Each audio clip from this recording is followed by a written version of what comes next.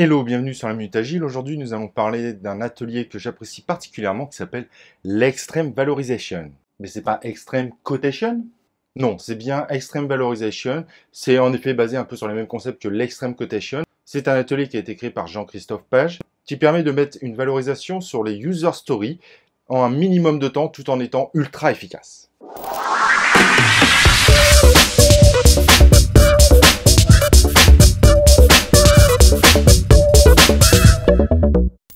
Donc comme je le disais, dans cet épisode, nous allons voir l'Extreme Valorization et nous allons voir comment fonctionne cet atelier.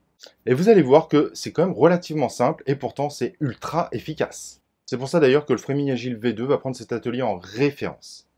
Petit hackage de la vidéo, si vous voulez nous soutenir, cliquez sur l'icône like si vous aimez cette vidéo. Inscrivez-vous sur notre chaîne YouTube et cliquez sur l'icône de notification. Je compte sur vous, ou attendez-vous à recevoir mon appel. Pour faire cet atelier, il y a une petite préparation à faire. Il faut faire le board qui est ici sur un mur, donc avec 10 colonnes, 1, 2, 3, 4, 5, 6, 7, 8, 9, 10.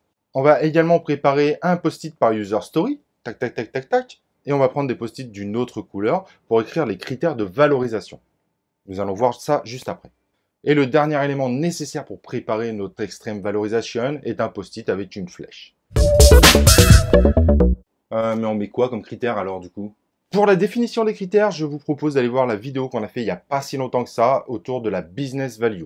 Le PO et les différents métiers vont définir une definition of value, donc les différents critères qui vont définir qu'est-ce que la valeur business pour ce produit-là.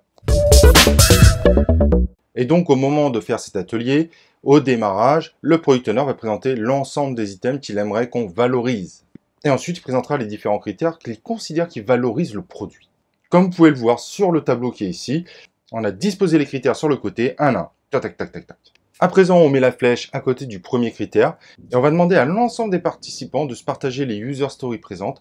Et chaque participant posera la user story dans la valorisation qu'il considère bonne par rapport au premier critère, celui qui est indiqué par la flèche. Ensuite, quand ce travail est fait, on va laisser les participants discuter ensemble. Le PO est évidemment toujours à disposition, car c'est tout à fait possible que certaines user stories ne soient pas si claires aux yeux des participants.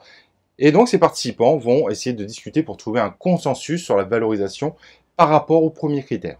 Si à un moment, il y a une nécessité d'arbitrage sur une des user stories, c'est le product owner qui aura le dernier mot.